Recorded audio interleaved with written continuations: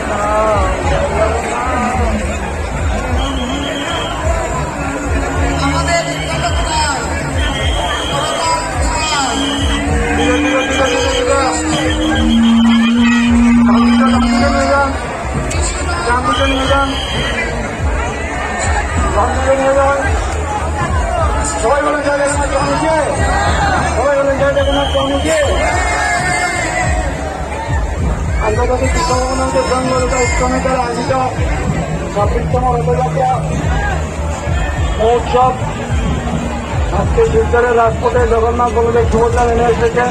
আপনারা সবাই রেখে বেলুন স্পর্শ করুন, জগন্নাথকে দর্শন করুন এবং জগন্নাথের প্রসাদ গ্রহণ করুন। জগন্নাথ কত কৃপালু, তিনি মন্দির থেকে বেরিয়ে এসে আসছে রাজপথে নেমে এসেছেন সবাইকে দর্শন দান করার জন্য।